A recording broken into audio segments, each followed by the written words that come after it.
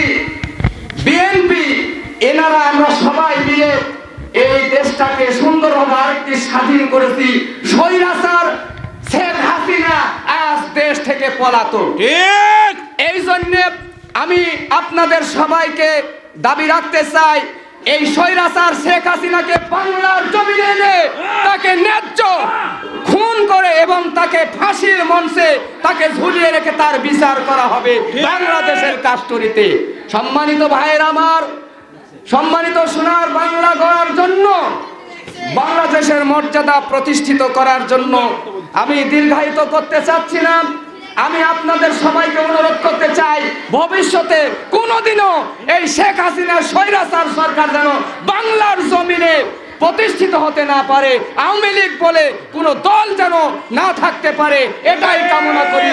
আমি এই কামনা করে ব্যক্ত করে আমি আপনাদের সকলের দোয়া চেয়ে এবং যিনারা মৃত্যুবরণ করেছে সকল ছাত্র দলের প্রতি আমরা দোয়া করব এবং যারা দেশের জন্য স্বাধীনতা দিয়েছেন এবং তারা অবশ্যই শহীদ, তাদের রুহের মাগফিরাত কামনা করে আমি আমার বক্তব্য শেষ করছি। আসসালামু আলাইকুম।